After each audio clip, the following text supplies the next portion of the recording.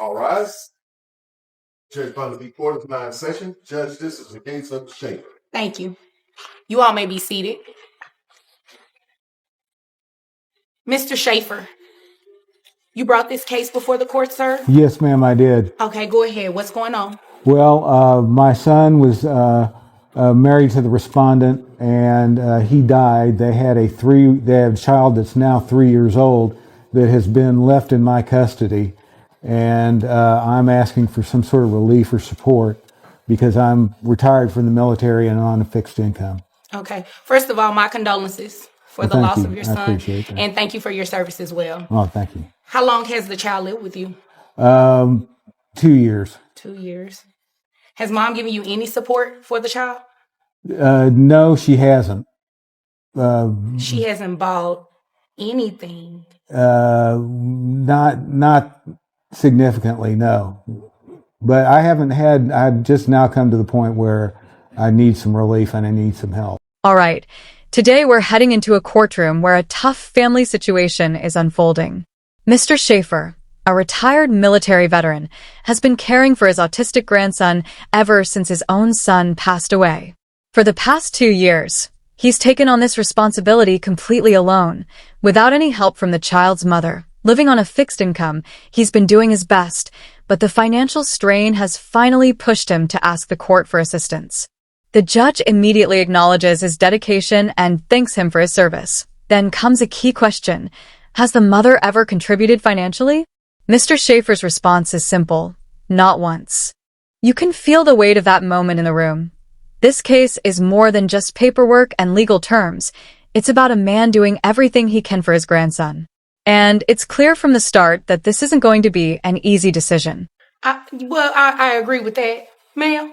Well, I've been traveling. My job had me traveling a lot, and I was in between jobs. I'm making $35,000 now. Okay. And, I'm not... Where are you traveling? Well, I'm a travel agent. Okay. So because of that, I can just travel. I get discounts, and I get to fly free. So... Oh, my God, that is amazing. So, but that has nothing to do with you giving some sort of financial support. I didn't to have this. it. Excuse me, I was talking.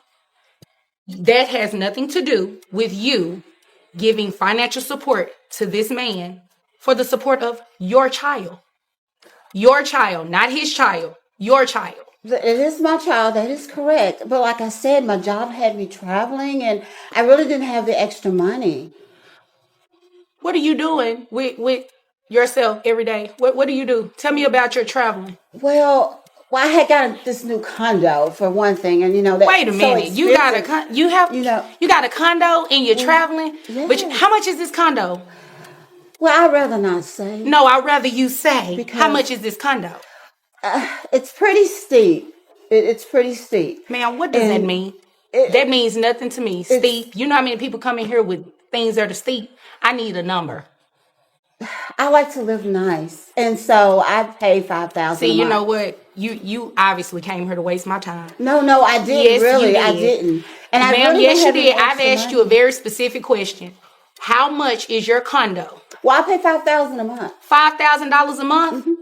When the mother finally speaks, her words raise eyebrows more than empathy. She explains she was between jobs for a while, but now earns $35,000 a year working as a travel agent. Then, almost casually, she drops a shocking detail. She pays $5,000 a month for a luxury condo just to take advantage of travel perks. The judge is clearly taken aback. The numbers don't make sense, and neither do her choices. How can someone afford a high-end lifestyle while giving absolutely nothing to support their child? As the judge starts asking tougher questions, the mother avoids them, stalls, and never gives a clear answer. It becomes painfully obvious where her priorities lie, and the tension in the courtroom hits a new level. This is the moment when the judge starts digging deeper, and what she uncovers won't sit well with anyone watching. Sir. Yes, ma'am. Is this 3-year-old in daycare? Yes, he's in preschool because he has some special needs. How much is daycare? Daycare runs about $300 a week. $300 a week. Don't you get some kind of help? And don't you just need to wait your turn until I come to you? Yes, I'm not talking to you. Okay. Thank you.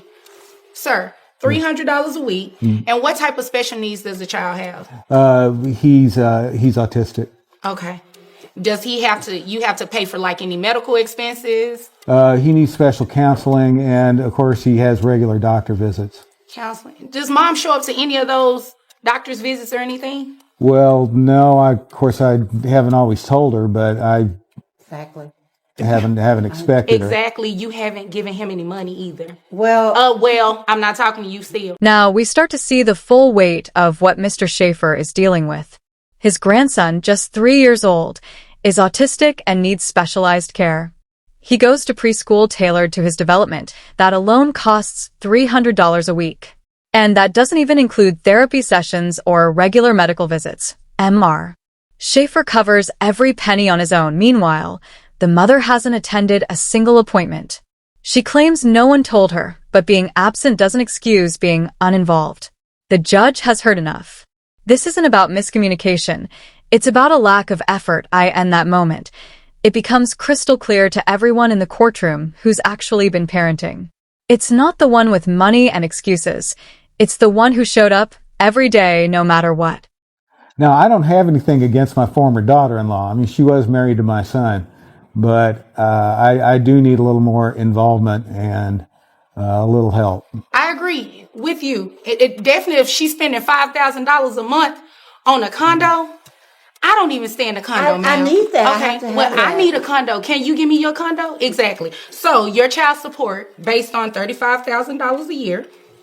Are you carrying any type of health insurance on the child? see, that's another thing. Since on the child, Yes. well, the child is autistic, so the child gets a check. So I don't understand why you need my money. Okay. Because you get assistance from the government. with the Excuse kid. me. I mean, my child. Excuse me. Last time I checked, I was the judge. You are. Okay, thanks. That means that I asked the questions and I addressed him. He addressed me. Okay. You do not address him. All right. Okay. Understand. How much is health insurance for the child only? I have no idea what health insurance is for the child. So obviously you don't pay it. Sir, how much is health insurance for the child It's only? just short of $400. Short for the child only? Yes. Ma'am. This is the turning point. The mother argues that because the child receives disability benefits, she shouldn't have to contribute financially. That excuse doesn't land, it sinks fast. The judge has had enough. Her tone shifts from firm to fed up. She rules immediately. Child support is due starting now, plus back pay for the last 2 years. The mother tries to dodge again, but the judge doesn't flinch. Her response is sharp and clear. Sell your condo. You can't afford it. The courtroom goes silent.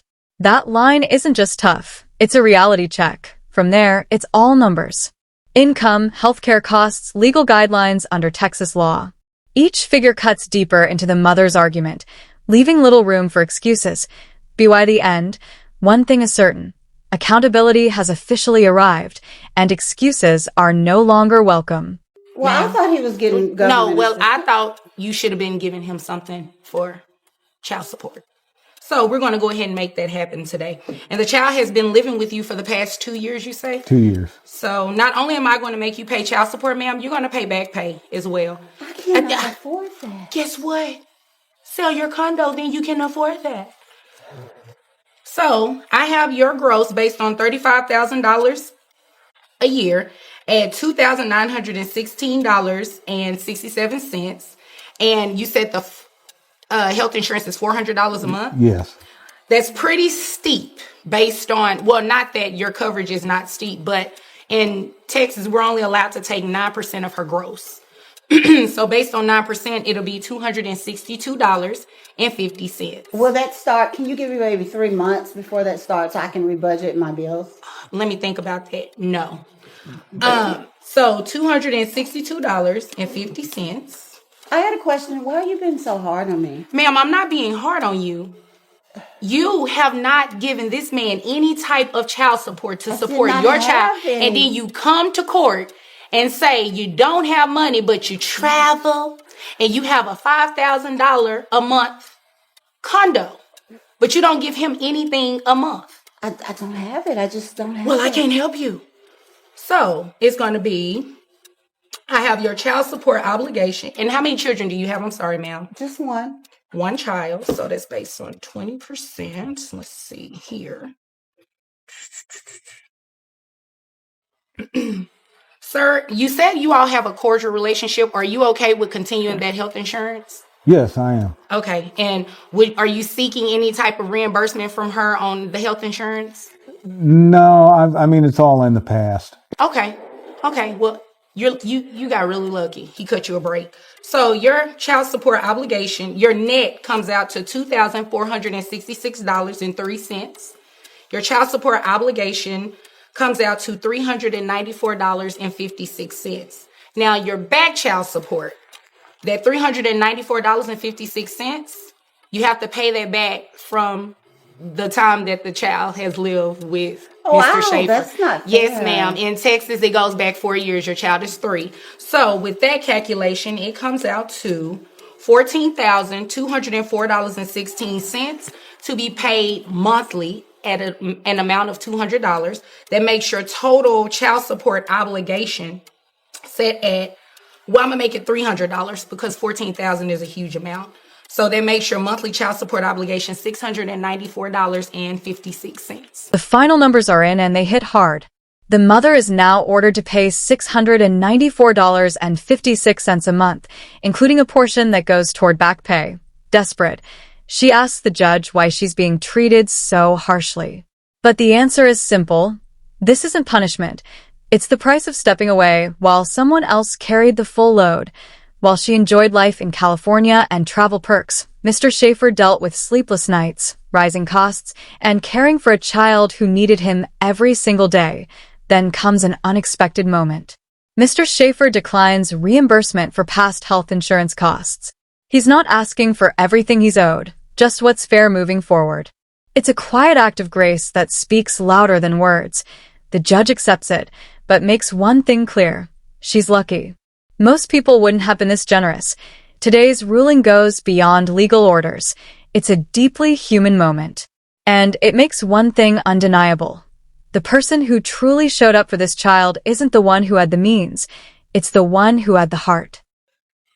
I got some bills that I can show you. I just can't afford that. And you know what? He has bills that he can show me as well. And you have not done anything. And you're lucky that he cut you a break because I didn't have to let him do that. Is there anything further, Mr. Schaefer? That's all that I have. Your Can Honor. we talk and maybe we can talk amongst one another and see if we can come up with an agreement? You're more than welcome to do that at a later date. But right now, I just made my ruling. Do you have any other questions I pertaining guess to not, since I have to pay all this money. this? Okay, well, I guess you all are dismissed.